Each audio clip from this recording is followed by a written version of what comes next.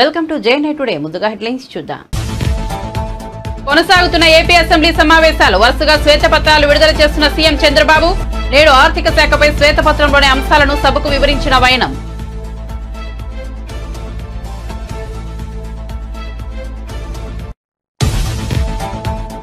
మీ రేవంత్ అన్నగా మీకోసం నేను అండగా ఉన్నాను. నిరసనలు వద్దన్న తెలంగాణ సీఎం. నిరుద్యోగులు, మంత్రులు, అధికారులను కలవాలని సూచన. తెలంగాణ ఏర్పాటుకు నిరుద్యోగ సమస్య అత్యంత కీలకమన్న రేవంత్ రెడ్డి. బడ్జెట్లో విద్యా, వ్యవసాయానికి ప్రాధాన్యత ఇచ్చామన్న ముఖ్యమంత్రి. ఆర్థిక శాఖపై శ్వేతపత్రంపై తాడేపల్లిలో జగన్ ప్రెస్ మీట్. ఏ రాష్ట్ర అప్పులపై వివరణ. ఏపీకి ఉన్న మొత్తం అప్పులు 7.48 లక్షల కోట్లు అని వెల్లడి.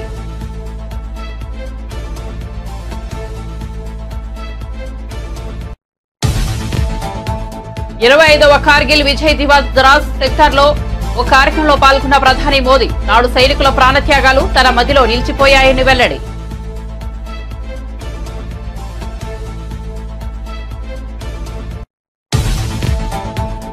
కన్నేపల్లి పంప్ హౌస్ ను పరిశీలించిన కేటీఆర్. నీటి సమస్యపై అసత్య ప్రచారం అని కేటీఆర్ ఆరోపణ.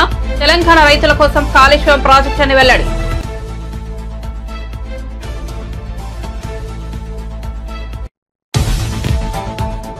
రాష్ట్ర బడ్జెట్ పై బీజేపీ ఎంపీ రఘునందన్ కీలక వ్యాఖ్యలు. హరీష్ రావు బడ్జెట్ కి బట్టి బడ్జెట్ కి తేడా ఏముందని ప్రశ్న. తెలంగాణ అభివృద్ధికి నరేంద్ర మోదీ కట్టుబడి ఉన్నారని వెల్లడి.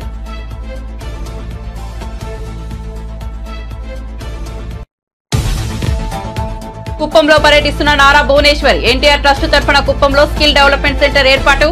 చంద్రబాబు స్ఫూర్తితో ఎన్టీఆర్ ట్రస్ట్ ను ముందుకు తీసుకెళ్తున్నామన్న భువనేశ్వరి.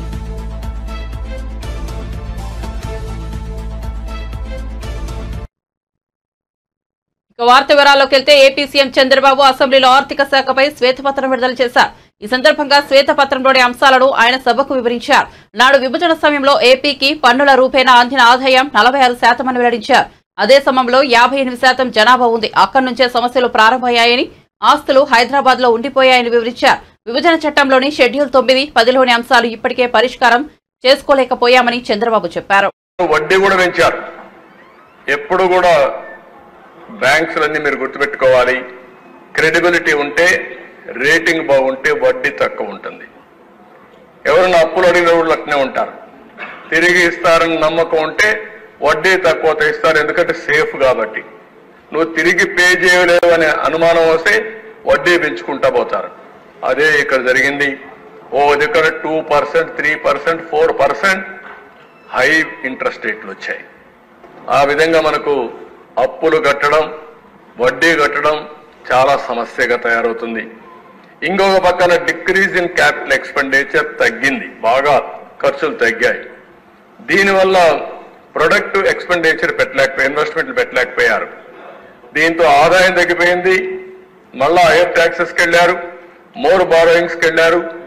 దానివల్ల మళ్ళా ఈ సైక్లింగ్ పెరిగింది, కానీ క్రైసిస్ పెరిగింది, కానీ సమస్య పరిష్కారం కాలేదు. దీనివల్ల మళ్ళా ఫండ్స్ డైవర్ట్ చేశారు, ఆస్తులు తాకట్టు పెట్టారు.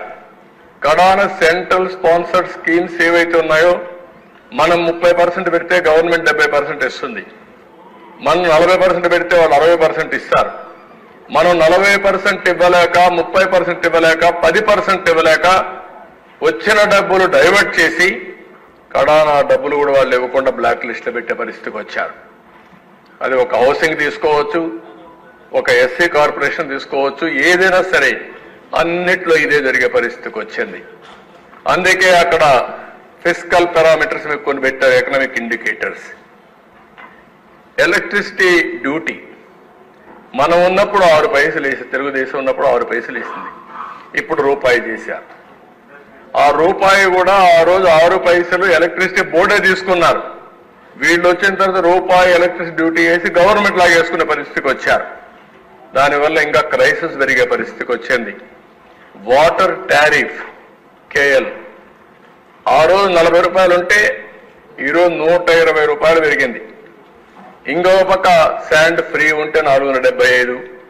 ఆర్టీసీ బస్ రేట్లు 0.6 నుంచి 2.6 ఉంటే 0.8, 2.7. ఫిస్కల్ డెఫిషిట్ 35,000 రూపాయలు ఉంటే ఇప్పుడు 60,000 రూపాయలు, 60,000. అదే డెట్ టు జిఎస్టిపి రేషియో 44% ఉంటే 53%. ఇన్ఫ్లేషన్ 4.5 నుంచి 6.2. పర్ క్యాపిటా డెట్ 74,790 ఉంటే ఇప్పుడు 1,44,336. Per capita. నిరుద్యోగులకు ఏదైనా సమస్య వస్తే నిరసనలో ఆందోళనలు చేయాల్సిన అవసరం లేదని సీఎం రేవంత్ రెడ్డి తెలిపారు. ఏ సమస్య వచ్చినా తమకు విజ్ఞప్తి చేయాలని సూచించారు.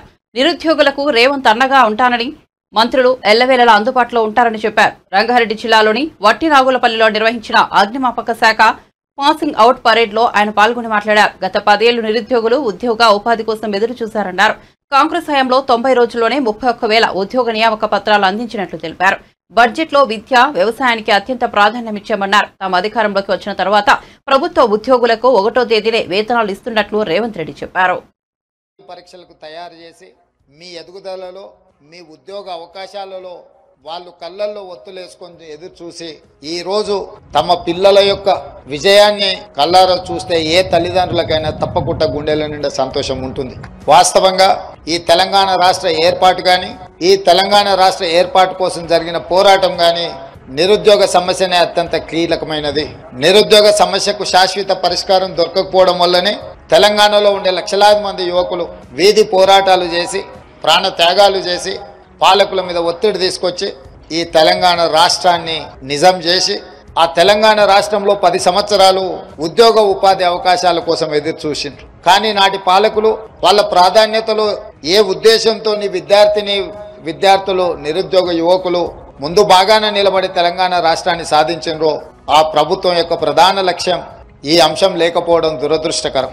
అందుకే డిసెంబర్ 3 నాడు ప్రజా ప్రభుత్వాన్ని తెలంగాణ ప్రజలు ఎన్నుకొని 7 తారీఖు నాడు ప్రమాణ స్వీకారం చేసి 90 రోజులు తిరిగే లోపల 31,000 ఉద్యోగ నియామక పత్రాలు ఎక్కడైతే ఎల్బీ స్టేడియంలో మేము ఉద్యోగ ప్రమాణం చేసినామో అక్కడనే మీకు కూడా ఈ రాష్ట్ర తెలంగాణ యువకులకు 31,000 మందికి ఉద్యోగ ప్రమాణ పత్రాలు అందించడం జరిగింది.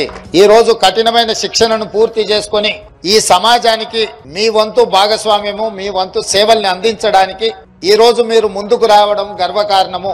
ఈ రోజు మీరు తీసుకుంటున్న బాధ్యత ప్రతి నెల 1 తారీఖు నాడు వచ్చే జీత భత్యాల కోసం కాదు. జీత భత్యాల కోసం ఎవరు ప్రాణత్యాగానికి సిద్ధపడరు. ఈ రోజు అగ్ని ప్రమాదం జరిగిన, వరదలు వచ్చిన, అనుకోని దుర్ఘటనలు జరిగినప్పుడు అందరికంటే ముందు ఉండేదే అగ్నిమాపక సిబ్బంది. అందరినీ ప్రాణాలను కాపాడడానికి పూచిక ఆ బాధ్యత తీసుకునేదే అగ్నిమాపక సిబ్బంది. అంటే ఇది ఒక సామాజిక బాధ్యతగా ఈ సమాజాన్ని కాపాడాలన్న లక్ష్యంతో మీరు ఈ రోజు ఈ ఉద్యోగంలో చేరి మీ బాధ్యతను నెరవేర్తించడానికి ముందుకు వచ్చినందుకు తెలంగాణ రాష్ట్ర ముఖ్యమంత్రిగా మిమ్మల్ని అందరినీ మనస్ఫూర్తిగా అభినందిస్తున్నా. ఈ ప్రభుత్వం మీ ప్రభుత్వం. ఈ ప్రభుత్వం అధికారంలోకి వచ్చింది, నేను ముఖ్యమంత్రిగా ప్రమాణ స్వీకారం చేసింది, లేదా మా మిత్రుడు మంత్రిగా ప్రమాణ స్వీకారం చేసింది ప్రజల యొక్క ఆకాంక్షలు నెరవేర్చడానికి, ప్రజల యొక్క ఆలోచనలు వినడానికి, ప్రజలు చేసే సూచనల్ని అమలు చేయడానికి మాత్రమే మేము ఇక్కడ ఉన్నాం. ఈ ప్రభుత్వానికి ఎలాంటి భేషజాలు లేవు. ఈ ప్రభుత్వం ప్రజల యొక్క ఆలోచనలకు అనుగుణంగా నడిపించాలన్నదే మా లక్ష్యం. దాంట్లో భాగంగానే నిన్న ఆర్థిక మంత్రివర్యులు ఉప ముఖ్యమంత్రి గారు బట్టి విక్రమార్క గారు 2,91,000 పైచిలుకు కోట్ల రూపాయలను బడ్జెట్ను. మాజీ ముఖ్యమంత్రి వైసీపీ అధినేత జగన్ తాడేపల్లిలో ప్రత్యేకంగా మీడియా సమావేశం ఏర్పాటు చేశారు. కూటమి ప్రభుత్వంపై తీవ్రస్థాయిలో విమర్శనాస్త్రాలు సంధించారు. చంద్రబాబు అంటేనే వంచన, తప్పుడు ప్రచారమని అభివర్ణించారు. అందుకే ఇప్పుడు ఓటానా కోట్ బడ్జెట్ అంటున్నారని ధ్వజమెత్తారు. సాధారణ బడ్జెట్ అయితే ఎన్నికల సమయంలో ఇచ్చిన మోసపూరిత హామీలన్నింటినీ చూపించాల్సి వస్తుందని, అందుకే 7 నెలలకు ఓటానా కోట్ బడ్జెట్ ప్రవేశపెడుతున్నారని జగన్ ఆరోపించారు. చంద్రబాబు గ్లోబల్ సిద్ధాంతాన్ని నమ్ముకున్నారని, చంద్రబాబు చెప్పిందే ఎల్లో మీడియాకు వేదమని, చంద్రబాబు ఏం చెబితే అదే ఎల్లో మీడియా రాస్తుందని విమర్శించారు. రాష్ట్రం క్లిష్ట పరిస్థితుల్లో ఉందని నమ్మిస్తారని, ఆ తర్వాత తమ అజెండా అమలు చేస్తారని వ్యాఖ్యానించారు. రివ్యూ మీటింగ్స్ అన్నాడు, రకరకాల పద్ధతుల్లో చేసుకుంటూ వచ్చి చివరికి గవర్నర్ గారి ప్రసంగానికి వచ్చేసరికి 14 లక్షల కోట్లు కాస్త 10 లక్షలకు తగ్గించాడు. పోనీ ఆ 10 లక్షల కోట్లైనా కూడా పోనీ గవర్నర్ గారితో అయ్యైనా నిజాలు చెప్పించాడంటే అది లేదు. ఒకసారి నిజంగా రాష్ట్రంలో అప్పుల పరిస్థితి ఏమిటి అని చెప్పి ఒక్కసారి గమనిద్దాం. నేను చెప్పే డాక్యుమెంట్స్ అన్నీ కూడా ఆర్బీఐ, ఖాగ్, స్టేట్ బడ్జెట్ డాక్యుమెంట్స్. ఇవన్నీ చంద్రబాబు నాయుడు అనే వ్యక్తి గవర్నర్ గారితో కూడా అబద్ధాలు చెప్పించాడు. వైట్ పేపర్స్తో మరీ దారుణమైన అబద్ధాలు ఆడుతూ ఉన్నాడు. బడ్జెట్ అనేది రెగ్యులర్గా ప్రవేశపెడితే రెగ్యులర్ బడ్జెట్లో వాల్యూమ్ 5 అండ్ వాల్యూమ్ 6లో ఇవన్నీ కూడా మెన్షన్ చేయక తప్పదు అని తెలిసి రెగ్యులర్ బడ్జెట్ కూడా ప్రవేశపెట్టుకోకుండా దాన్ని కూడా దాటేసే కార్యక్రమం జరుగుతూ ఉంది. ఒకసారి గమనిస్తే రెగ్యులర్ అప్పులు ఎంత ఉన్నాయని చెప్పి ఒకసారి గమనిస్తే నిజంగా ఈ డాక్యుమెంట్ ఒకసారి చూడాల్సిన అవసరం ఉంది. ఒకసారి అప్పులు ఎంత ఉన్నాయని చెప్పి గమనిస్తే 14 లక్షలు కాదు, 10 లక్షల కోట్లు కాదు, వాస్తవ అప్పులు ఎంత ఉన్నాయని చెప్పి చూస్తే స్టేట్ గవర్నమెంట్కి సంబంధించిన డైరెక్ట్ గవర్నమెంట్ డెట్ ఇది కూడా ఏంది, నేను మార్చ్ 31 దాకా కూడా తీసుకోవడం లేదు, జూన్ దాకా తీసుకుంటున్నా. చంద్రబాబు నాయుడు ప్రభుత్వం తీసుకునే దాకా కూడా మన అకౌంట్లోకే వేసుకుంటున్నాం ఇంకా గ్రేస్ఫుల్గా. సో అందాక తీసుకుంటే కూడా చూసుకుంటే గవర్నమెంట్ డెట్ 5,18,000 కోట్ల రూపాయలు. చంద్రబాబు నాయుడు గారు అధికారంలోకి రాకమునుపు 1,18,051 కోట్ల అప్పు ఉంటే చంద్రబాబు నాయుడు దిగిపోయే టయానికి 2,71,798 కోట్ల రూపాయల అప్పులు గవర్నమెంట్ డెట్ అయితే 5,18,000 కోట్లు మన హయాం జూన్లో ముగిసే టయానికి పెరిగిన దాకా పోయిన అప్పులు.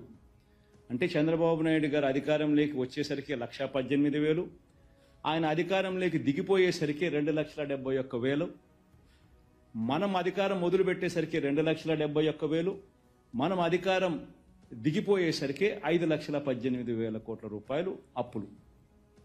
అంటే రాష్ట్రం మొత్తానికి ఈరోజు జూన్ 2024లో ఎంత అప్పులు ఉన్నాయి, రాష్ట్రానికి అప్పులు ఉంటే 5,18,000 కోట్ల రూపాయలు అప్పులు ఉన్నాయి. ఈ అప్పుకు స్టేట్ గవర్నమెంట్ గ్యారంటీడ్ డెట్ కూడా కలుపుకుందాం, అబ్బా లిబరల్గా పోదాం, ఇంకా మనం చాలా లిబరల్గా ఆలోచన చేద్దాం, లిబరల్గా పోదాం. స్టేట్ గవర్నమెంట్ గ్యారంటీడ్ డెట్ కూడా కలిపేసుకుందాం. స్టేట్ గవర్నమెంట్ గ్యారంటీడ్ డెట్ కూడా కలుపుకుంటే అంటే ఈ సివిల్ సప్లైస్ కార్పొరేషన్లకు ఇటువంటి వాటికి అన్నిటికీ కూడా గవర్నమెంట్ గ్యారంటీ ద్వారా అప్పులు తెచ్చుకుంటే అటువంటివన్నీ కూడా కలుపుకుంటే చంద్రబాబు నాయుడు గారు అధికారంలోకి రాకమునుపు ఆయన హయాంలో స్టార్ట్ అయ్యేసరికి 5,744 కోట్లుంటే ఆయన హయాం ముగిసే టయానికల్లా అవి కాస్త 50,000 కోట్లకు ఎగబాకుతే మన హయాం స్టార్ట్ అయ్యే టయానికి 50,000 కోట్ల రూపాయలుతో మొదలెడితే మన హయాం ముగిసేసరికి అటువంటి అప్పులు 106,000 కోట్లకు ఎగబాకే. రాష్ట్రంలో ఇవాళ అటువంటి అప్పులు కూడా కలుపుకుంటే మరో 106,000 కోట్ల రూపాయలు కనిపిస్తూ ఉన్నాయి. పోనీ ఇంకా లిబరల్గా పోదాం, గవర్నమెంట్ గ్యారంటీ లేనేటివి కూడా కలుపుకుందాం. గవర్నమెంట్ పరంగా పవర్ జనరేటర్స్ లాంటి వాళ్లకు పేయబుల్స్ కూడా లెక్కేసుకుందాం. అవి కూడా లెక్కేసుకుంటే debt in the books of power sector corporations Chandrababu Naidu garu అధికారంలోకి రాకమునుపు 26,000 కోట్ల రూపాయలు ఉంటే ఆయన అధికారం ముగిసేసరికి ఆ పబ్లిక్ సెక్టర్ అండర్టేకింగ్స్లో ఆ కార్పొరేషన్స్ పవర్ సెక్టర్ కార్పొరేషన్స్లో తెలంగాణలో కరువు అనే మాట వినపడకూడదని కేసీఆర్ కాళేశ్వరం ప్రాజెక్టును నిర్మించారని బీఆర్ఎస్ కార్యనిర్వాహక అధ్యక్షుడు కేటీఆర్ తెలిపారు. ఆయన పార్టీ నేతలతో కలిసి కన్నేపల్లి పంప్ హౌస్ ను పరిశీలించి మాట్లాడారు.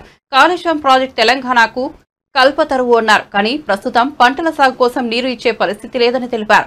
గతంలో నీటి సమస్య ఉందని రాష్ట్ర ప్రభుత్వం అసత్య ప్రచారం చేస్తోందని, కానీ గతంలో అలాంటి సమస్య లేదని చెప్పారు. మీద నుంచి కిందికి వచ్చే గోదావరి ఏదైతే ఉందో అక్కడ ఇవాళ నీళ్లు లేవు. లోవర్ మానేర్ డ్యామ్ లో కేవలం డెడ్ స్టోరేజ్ 3 టీఎంసీలు అయితే దానికంటే 2 టీఎంసీలు మాత్రమే ఎక్కువ. 26 టీఎంసీలు ఉండే ఎల్ఎండిలో ఇవాళ 5 టీఎంసీలు మాత్రమే ఉన్నాయి. దానిపైన ఉండే మిడ్ మానేర్ లో అది కూడా 28 టీఎంసీల కెపాసిటీ ఉన్న రిజర్వాయర్, అక్కడ కూడా కేవలం 5 టీఎంసీలు ఉన్నాయి. దానిపైన ఉండే శ్రీరామ్ సాగర్ ప్రాజెక్ట్, పోచంపాడు ప్రాజెక్ట్ ఏదైతే అంటారో దాని సామర్థ్యం మొత్తం 90 టీఎంసీలు అయితే ఈ రోజుకి ఈ నిమిషానికి అక్కడ ఇన్ఫ్లో ఉన్నప్పటికీ కేవలం 25 టీఎంసీల కంటే తక్కువనే నీళ్లు అక్కడ ఉన్నాయి. పైనుంచి నీళ్లు వచ్చే పరిస్థితి మాత్రం కనబడతలేదు. కేసీఆర్ గారు ఉన్న నాళ్లు ఎల్ఎండి కావచ్చు, ఎంఎండి కావచ్చు, ప్రతి రిజర్వాయర్ నిండు కుండలాగా కలకల్లాడుతుండేది. ఇలా ఇట్లా దౌర్భాగ్య పరిస్థితున్నదని చెప్పి రైతులు బాధపడతా ఉన్నారు. మేము డిసెంబర్ నుంచి చెప్తున్నాం, కొత్తది కాదు. 100 కంపోనెంట్లుండే కాళేశ్వరం ప్రాజెక్టులో మీరు ఒక చిన్న సంఘటనను పట్టుకొని మేడిగడ్డలో జరిగితే దాన్ని భూతద్దంలో చూపెట్టి మొత్తం ప్రాజెక్టును బదనాం చేసి రాజకీయంగా మీరు ప్రయోజనం పొందే ప్రయత్నం ఏదైతే చేస్తున్నారో ఎన్నికలు అయిపోయినాయి, ఇక మీరు దాని గురించి ఆరాట పడకండి, మీరు అనవసరంగా రాజకీయ రచ్చ చేయకండి, దయచేసి రైతుల కోసం అందరం కలిసికట్టుగా ఆలోచన చేద్దామని చెప్పి డిసెంబర్ లో కూడా చెప్పినాం. యాసంగి పంట ఎండిపోయే ప్రమాదం ఉన్నది, మీరు వెంటనే పంప్ హౌస్ ఆన్ చేయండి, కన్నెపల్లి కాడ లక్ష్మీ పంప్ హౌస్ ను నడపండి, నడిపి నీళ్లిచ్చి ఎండుతున్న పంటలు కాపాడండి అని చెప్పి డిసెంబర్ జనవరిలో కూడా చెప్పినాం మేము. కానీ ఆ రోజు మా మాట వినలేదు, పెడచెవిన పెట్టినారు. 3 బ్యారాజీలతో పాటు ఇవాళ 10 లక్షల క్యూసెక్కులు ఏదైతే కిందికి నీళ్లు పోతున్నాయో వృధాగా, దాన్ని కూడా మా కల్లారా చూసినాం. కేసీఆర్ గారు మొత్తం తయారు చేసి మీ చేతుల్లో పెట్టినారు. మీరు చేయవలసిందల్లా ఒకటే, ఇవాళ ఈ పంప్ హౌస్ వెంటనే నడిపితే మేము అడిగినాం, పంపులన్నీ నడుస్తున్నాయా అని అడిగినాం, ఫుల్ కెపాసిటీలో ఉన్నాయా, ఏమైనా సమస్య ఉందా అని అడిగినాం. ఏ సమస్య లేదు సార్ అన్నారు. నీళ్లున్నాయి, బటన్ ఒత్తితే పంపులు నడుస్తాయి, నీళ్లు ఎంఎండీలో పడతాయి, ఎల్ఎండీలో పడతాయి, మొత్తం సిస్టమ్ అంతా అవసరమైతే ఎస్ఆర్ఎస్పీ కూడా తీసుకుపోవచ్చు నీళ్లు. రాజకీయంగా కేసీఆర్ గారిని బదనాం చేయడం అనే ఒకే ఒక్క ఉద్దేశంతో ఈ పంపులు నడపడం లేదు. నేను ఈ ప్రభుత్వానికి చేసే విజ్ఞప్తుల్లో ఒకటే, రైతులందరూ ఎదురు చూస్తా ఉన్నారు, ఈ ప్రభుత్వం యొక్క చిత్తశుద్ధిని వారు ఇవాళ అనుమానిస్తా ఉన్నారు. 6 నెలలు రాజకీయం చేద్దాం, 4.5 సంవత్సరాలు ప్రజల కోసం కలిసికట్టుగా కొట్లాడదాం. నిర్మాణాత్మక ప్రతిపక్షంగా ఇవాళ మేము ఇక్కడికి వచ్చి ఒక మాట చెప్తా ఉన్నాం, కొండపోచమ్మ, మల్లన్న సాగరు, రంగనాయక సాగరు, అన్నపూర్ణ, వాటికి వేరే తరహాలో నీళ్ళు వచ్చే పరిస్థితి లేదు, ఇక్కడ నుంచి పంపు చేయడమే మార్గం. దాదాపు 75-80 టీఎంసీల నీళ్లు ఈ 4 రిజర్వాయర్లను నింపుకోవచ్చు. మరి వాటిని ఇవాళ ఎండబెట్టి ఎవరి మీద మీరు కక్ష సాధిస్తున్నట్టు దయచేసి ప్రభుత్వం ఆలోచించాలని మేము కోరుతా ఉన్నాం. ప్రభుత్వం వెంటనే నిర్ణయం తీసుకోవాలి, ఇక్కడ పంప్ హౌస్ వెంటనే ప్రారంభించాలి. ఏది లక్ష్మీ పంప్ హౌస్ ఏదైతే కన్నెపల్లి దగ్గర ఉన్నదో వెంటనే మీరు బటన్ ఒత్తడానికి మొత్తం రంగమంతా సిద్ధం చేస్తుంది. మీరు చేస్తారా పంప్ హౌస్, చాలు చేస్తారా, చెయ్యరా తేల్చి చెప్పండి. మీకు అసెంబ్లీ సమావేశాలు ముగిసేదాకా ఈ ప్రభుత్వానికి మేము గడువు ఇస్తున్నాం. ఆగస్టు 2కు అసెంబ్లీ సమావేశాలు ముగుస్తా ఉన్నాయి. అప్పటిదాకా ఈ ప్రభుత్వానికి, ఎందుకంటే మేము కూడా అందరం హౌస్ లో నిలదీస్తాం, రైతుల పక్షాన ప్రభుత్వాన్ని అడుగుతాం, ఎందుకు చాలు చేస్తలేరు మీరు, అవసరమైతే ప్రత్యేక చర్చ పెట్టండి. మీరు గనక ఆగస్టు 2 లోపల నిర్ణయం తీసుకుని పంపులు ఆన్ చేయకపోతే, నీళ్లు ఎత్తిపోయడం ప్రారంభించకపోతే 50,000 మంది రైతులతో మేము మా కేసీఆర్ గారి నాయకత్వంలో, మా పార్టీ నాయకత్వంలో మేమే వస్తాం, పంపులు మేమే ఆన్ చేస్తాం, రైతులకు ఎట్లా నీళ్లు ఇయ్యాలో చూపెడతామని చెప్పి కూడా మా పార్టీ తరఫున చెప్తా ఉన్నాం. అధికార కాంగ్రెస్, ప్రతిపక్ష బీఆర్ఎస్ పార్టీలపై బీజేపీ మెదక్ ఎంపీ రఘునందన్ రావు ఘాటు వ్యాఖ్యలు చేశారు. కేంద్రం బడ్జెట్పై అసత్య ప్రచారాలు చేస్తున్నారని ఫైర్ అయ్యారు. కేంద్రం అన్ని రాష్ట్రాలను సమదృష్టితో చూస్తోందన్నారు. తెలంగాణ ఏ పార్టీ అధికారంలో ఉన్నా ఆలోచన విధానం ఒకటే అన్నారు. జెండాలు మారాయి తప్ప విధానాలు మారలేదన్నారు. మార్పు ఏదైనా ఉందంటే అది బీఆర్ఎస్ ఎమ్మెల్యే దానం నాగేందర్ కాంగ్రెస్ లో చేరడమే అన్నారు. మహిళలకు 2,500, వరికి 500 రూపాయలు బోనస్ ఇస్తున్నారని, రాష్ట్ర బడ్జెట్లో ఆ 2 హామీలకు కేటాయింపులు ఏవి అని ప్రశ్నించారు. సీఎం రేవంత్ రెడ్డి 35,500 కోట్ల రుణం తెచ్చారని, కొడంగల్కు 5,000 కోట్లు ఇచ్చుకున్న రేవంత్ కు కేంద్ర ప్రభుత్వాన్ని ప్రశ్నించే హక్కు లేదని ఆగ్రహం వ్యక్తం చేశారు. What is the state share in central taxes తెలియదు. గసంటోళ్ళని మాట్లాడమంటే గాడిద గుడ్డుల కంటే ఇంకెక్కువ ఏం మాట్లాడతారన్న. గాడిద గుడ్డు పెట్టదనేటువంటి అవగతం లేనటువంటి వాళ్ళు ముఖ్యమంత్రులు కావడం అనేది తెలంగాణ రాష్ట్రానికి దురదృష్టం అనుకోవాలి. ఒక ఆయన అమెరికాలో బాత్రూమ్లు కడిగేట ఆయన, ఇంకొక ఆయన గుంపు మేస్త్రి గోడలకు పెయింట్ వేస్ట్ ఆయన. ఇసొంటోళ్ళు తెలంగాణను పాలిస్తే ఇంతకంటే మంచి మాటలు ఏమొస్తాయన్నా? ఇంతకంటే మంచి మాటలు ఎక్స్పెక్ట్ చేయడం అనేది తెలంగాణ సమాజానికి దురదృష్టకరం. I'm straightly asking only under 2 heads. మీరు Telangana budget at glance page number బట్టి గారు వినండి. మీరు ఇచ్చినటువంటి తెలంగాణ బడ్జెట్ ఎట్ గ్లాన్స్ అని రాసిన దాంట్లో మీరు రాసిన అక్షరాలే చదువుతా ఉన్నా. State share in central taxes 26,216 కోట్లు. ఇది గాడిద గుడ్డ అవుతుందా? బట్టి and mister Revanth should answer it. ఇంకొక హెడ్డింగ్ గ్రాంట్ ఇన్ ఎయిడ్ అని చెప్పిండ్రు. 21,636 కోట్లు వచ్చింది గ్రాంట్ ఇన్ ఎయిడ్ కింద అని చెప్పారు. ఆంధ్రప్రదేశ్కి ఇచ్చిందంత 15,000 కోట్ల లేదా మీరు చెప్తా ఉంది. మళ్ళీ ఇది గాడిద గుడ్డ అవుతుందా? ఒకసారి చెప్పాలి. ఆలోచన లేని మాటలు, అర్థరహితమైనటువంటి మాటలు. కేసీఆర్ ముఖ్యమంత్రిగా, బట్టి ప్రతిపక్ష నాయకుడిగా ప్రతిరోజు అసెంబ్లీలో బీజేపీని ఎట్లా తిట్టిరో, ఇవాళ కుర్చీలు మార్చుకొని బట్టి అటు కూర్చొని కేసీఆర్ ఇటు కూర్చొని కూడా కేంద్రం ఏమి ఇస్తలేదు, గాడిద గుడ్డిచ్చింది. ఆయన ఏదో అన్నాడు ఇంకా రేవంత్ రెడ్డి నిన్న, నిధులు వచ్చుడో ఇద్దరు చచ్చుడో. జల్దీ రాండి అన్న, నువ్వు కేటీఆర్ వస్తాడా, నువ్వు హరీష్ వస్తావా, నువ్వు కేసీఆర్ వస్తారా, ఇద్దరు రాండ్రి. ఒకవేళ మేము నిధులు ఇచ్చింది నిజమైతే జంతర్ మంతర్ దగ్గరకు వచ్చి ముక్కు నాలుకకి రాసిపోండి. లేదా మేము నిధులు ఇవ్వలేదు అయితే జంతర్ మంతర్ దగ్గరకు వచ్చి ధర్నా చేయండి. మీ దగ్గర ఇందిరా పార్క్ దగ్గర లేక పోలీసు వాళ్ళని పెట్టి ఎత్తుకపోము. మొత్తం రక్షణ ఇస్తాం, వెనకాల బాత్రూములు ఇస్తాం, పొద్దుగాలు ఇడ్లీలు ఇస్తాం, మధ్యాహ్నం గ్లూకోజులు ఇస్తాం. అవి తినుకుంటా మీకు చేతనైన రోజులు జంతర్ మంతర్ దగ్గర ధర్నా చేయండి. ఎందుకంటే నువ్వు అన్నావు కదా కేసీఆర్ వస్తే నేను వస్తా అని. కేసీఆర్ వెనకటికి జంతర్ మంతర్ దగ్గర ధర్నా ఎట్లా చేసిండో రేవంత్ రెడ్డి గారు మీరు కూడా అట్లే చేసేందుకు రండి. నిధులు వచ్చుడో ఇద్దరం సచ్చుడో అన్న ఎవరో రాసిస్తే చదువుడు కాదే. బడ్జెట్ ఎట్ గ్లాన్స్ మీ బట్టి ఇచ్చిండు. పేజ్ నెంబర్ 4 తెలంగాణ రాష్ట్ర శాసనసభలో ఇచ్చిండు. జరగి చదువుకో కేంద్రంకి వెళ్ళి ఎన్ని వచ్చినాయో. 7వ నెంబర్ కూడా పెట్టిండు. Loans from government of India 3,900 కోట్లు లోన్ తీసుకుంటున్నామని పెట్టిరు మీ బడ్జెట్ లోపల. ఇది మీరు రాసినటువంటి బడ్జెట్ అన్న. మీకు ఇక రానే రాదు, యూనియన్ బడ్జెట్ చదువుకునుడే రాదు. భారత ప్రభుత్వం యూనియన్ బడ్జెట్ శ్రీమతి నిర్మలా సీతారామన్ ఫైనాన్స్ మినిస్టర్గా యూనియన్ బడ్జెట్కి సంబంధించి కొన్ని గణాంకాలని వెబ్సైట్ లోపల పెట్టింది. యూనియన్ బడ్జెట్ 24-25 అనాలిసిస్ అని పెట్టింది. దీంట్లో పేజీ నెంబర్ 6 అయ్యా భట్టి గారు ఒకసారి మంచిగా చూడండి. Union budget 2024-25 analysis page number 6 table number 7 7వ నెంబర్ టేబుల్లో భారత ప్రభుత్వం ఒక్కొక్క పద్దు కింద ఎన్ని పైసలు ఇచ్చింది అని ఇందులో రాసిరు కేటగారికల్గా. ఇది మొత్తం ఎంత ఇచ్చిరు అంటే 5,15,865 కోట్లు ఇచ్చినాం. దీంట్లో 3 కోట్ల ఇండ్లని ప్రధానమంత్రి ఆవాస్ యోజన కింద ఇండ్లని ఇస్తున్నాం. మీరు ప్రధానమంత్రి ఆవాస్ యోజన కింద ఇచ్చిన ఇండ్లని తీసుకుపోయి ఇందిరమ్మ ఇండ్లని పేరు మార్చి కడుతుండ్రా కడతలేరా? మేము ఇస్తున్నటువంటి పైసల్ని ఇందిరమ్మ ఇళ్లకు యాడ్ చేస్తున్నారా లేదా? Revanth Reddy should answer it.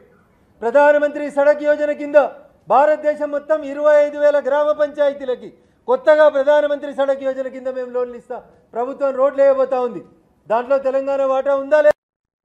25వ Kargil Vijay Divas సందర్భంగా ప్రధాని నరేంద్ర మోదీ లడఖ్లోని ద్రాస్ సెక్టార్లో నిర్వహించిన ఒక కార్యక్రమంలో పాల్గొన్నారు. కార్గిల్ అమరవీరులకు ఘనంగా నివాళులర్పించారు. ఈ సందర్భంగా ఆయన ప్రసంగిస్తూ నాడు కార్గిల్ యుద్ధ సమయంలో ఓ సామాన్యుడిలా సైనికుల మధ్య ఉన్నాడని వెల్లడించారు. దేశం కోసం సైనికులు చేసిన सर्दियां भी गुजरती है, मौसम भी बदलते हैं, लेकिन राष्ट्र की रक्षा के लिए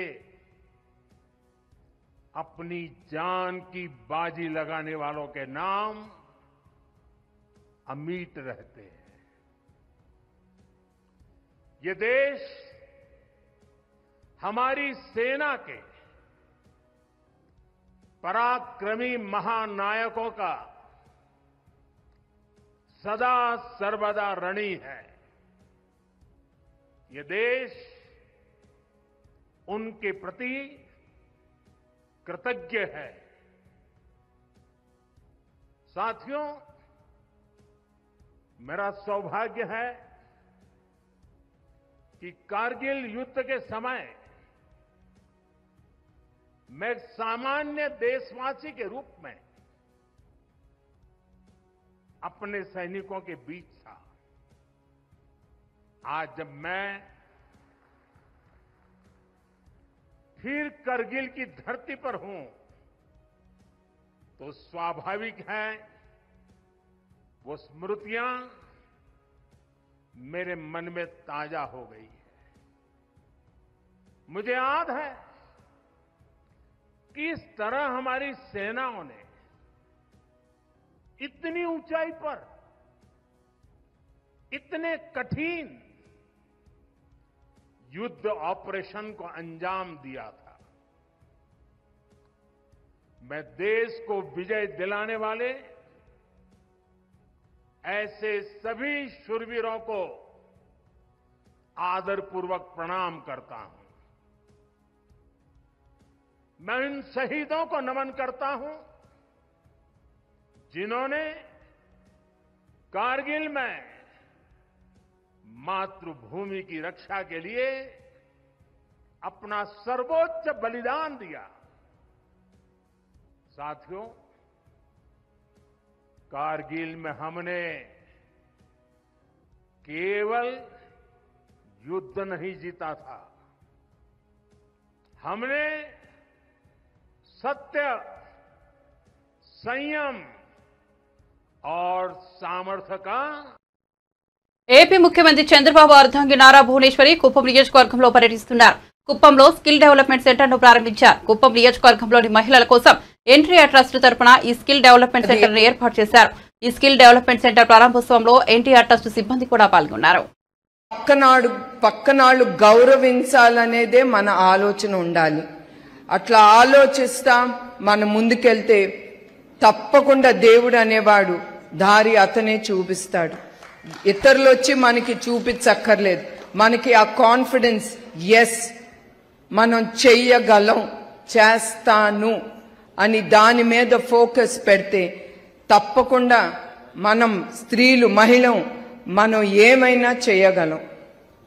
అందుకే ఈ స్కిల్ డెవలప్మెంట్ ద్వారా మహిళలకి ఇతర ప్రోగ్రాంలు ఆలోచిస్తున్నాము. ఎందుకంటే ఇది స్టార్ట్ చేసి 3 నెలలే అయ్యింది. ఇంకా 2-3 గ్రూప్స్ అయిన తర్వాత ఈ కుట్టు మెషిన్లు ఇవన్నీ ఇది టీచింగ్ ఒక లెవెల్కి వచ్చిన తర్వాత ఇంకేమి మన మహిళలకి ఏమి స్టార్ట్ చేస్తే ఉపయోగపడుతుంది. అట్లానే అన్ఎంప్లాయ్మెంట్ యూత్ కూడా ఉన్నారు.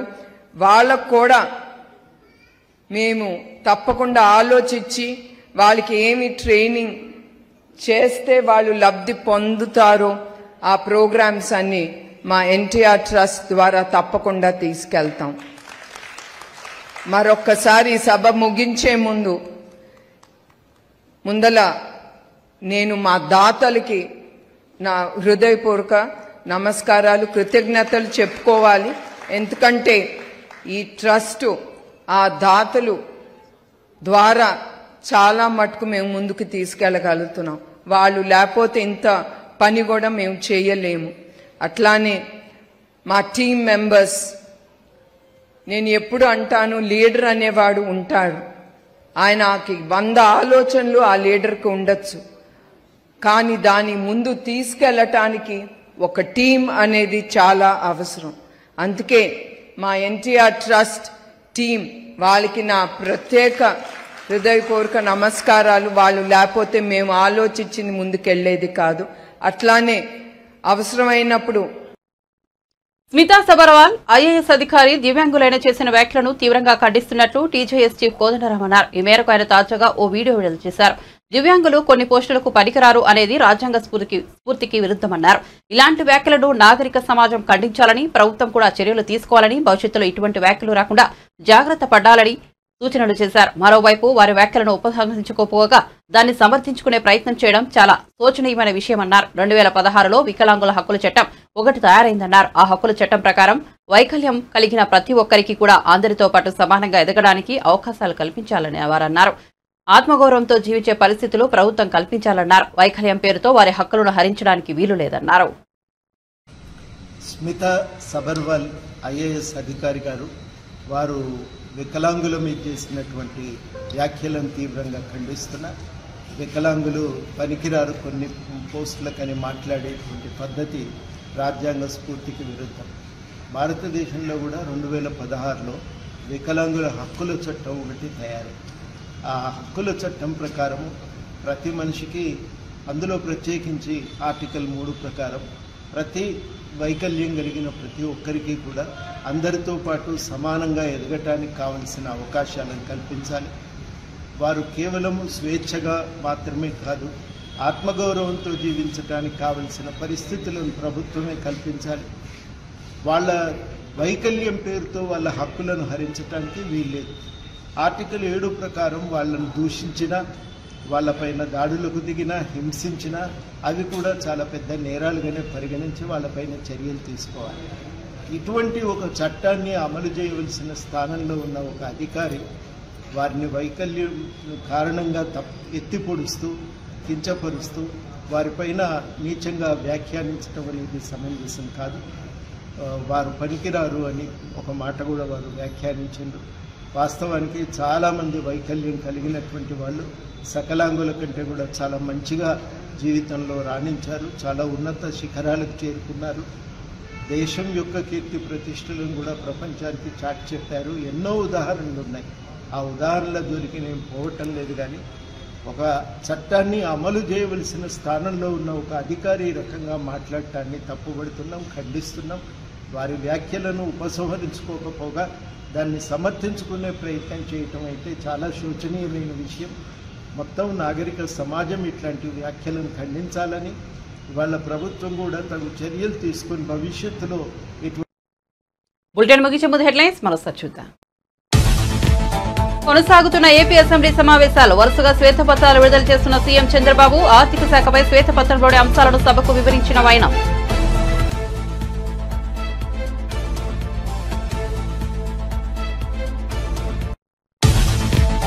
మీ రేవంత్ అన్నగా మీకోసం నేను అండగా ఉన్నాను. నిరసనలు వద్దన్న తెలంగాణ సీఎం. నిరుద్యోగులు, మంత్రులు, అధికారులను కలవాలని సూచన. తెలంగాణ ఏర్పాటుకు నిరుద్యోగ సమస్య అత్యంత కీలకమన్న రేవంత్ రెడ్డి. బడ్జెట్లో విద్య, వ్యవసాయానికి ప్రాధాన్యత ఇచ్చామన్న ముఖ్యమంత్రి. ఆర్థిక శాఖపై శ్వేతపత్రంపై తాడేపల్లిలో జగన్ ప్రెస్ మీట్. ఏ రాష్ట్ర అప్పులపై వివరణ. ఏపీకి ఉన్న మొత్తం అప్పులు 7.48 లక్షల కోట్లను వెల్లడి.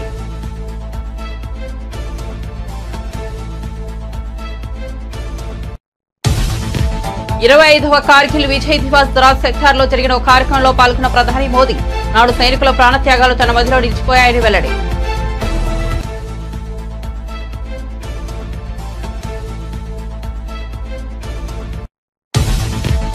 కన్నేపల్లి పంప్ హౌస్ ను పరిశీలించిన కేటీఆర్. నీటి సమస్యపై అసత్య ప్రచారం అని కేటీఆర్ ఆరోపణ. తెలంగాణ రైతుల కోసం కాళేశ్వరం ప్రాజెక్టును వెల్లడి.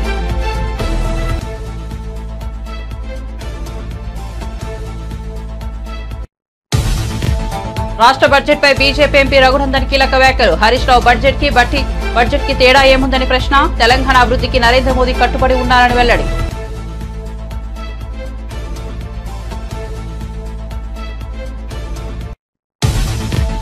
కుప్పంలో పర్యటిస్తున్న నారా భువనేశ్వర్. ఎన్టీఆర్ ట్రస్ట్ తరపున కుప్పంలో స్కిల్ డెవలప్మెంట్ సెంటర్ ఏర్పాటు. చంద్రబాబు స్ఫూర్తితో ఎన్టీఆర్ ట్రస్ట్ ను ముందుకు తీసుకెళ్తున్నామన్న భువనేశ్వరి.